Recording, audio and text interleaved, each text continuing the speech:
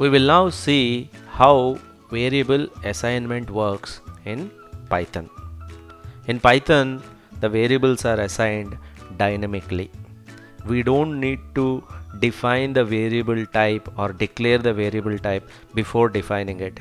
It's totally dynamic assignment. If you write income equal to 12,000, automatically income will be stored as an integer.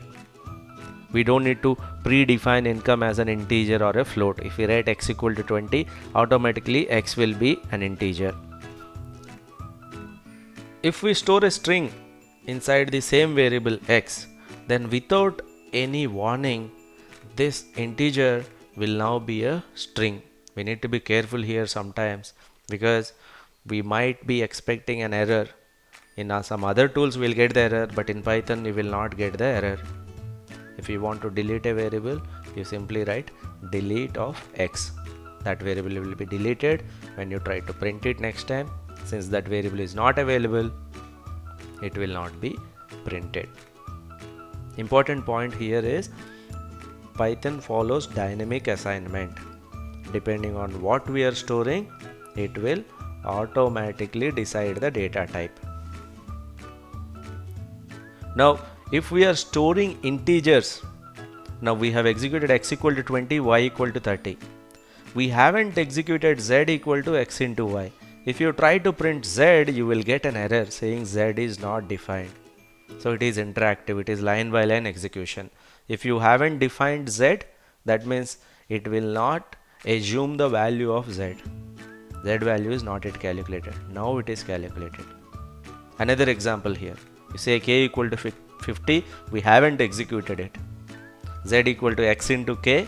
If we write this will also throw an error. 2 points to note down here. First one is dynamic assignment and line by line execution, interactive execution.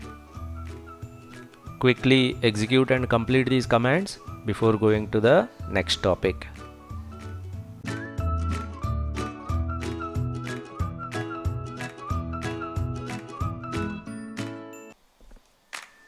Let us check the naming conventions.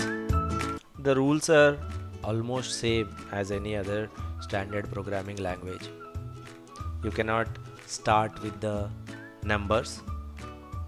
If you write 1x equal to 20, then that will be considered as wrong naming convention. You cannot start with a number. You can have numbers. x1 equal to 20, you can have a variable name or an object name as x1. That is perfectly fine. Dots are not allowed. Take a note of this. Those who are coming from other programming language background, some programming languages allow dot. Underscore is allowed. So you can have x underscore 1 equal to 20. Other rules are general. Spaces you should not give inside the variable names. Dollar is not allowed. Any other special character is not allowed. Underscore is allowed.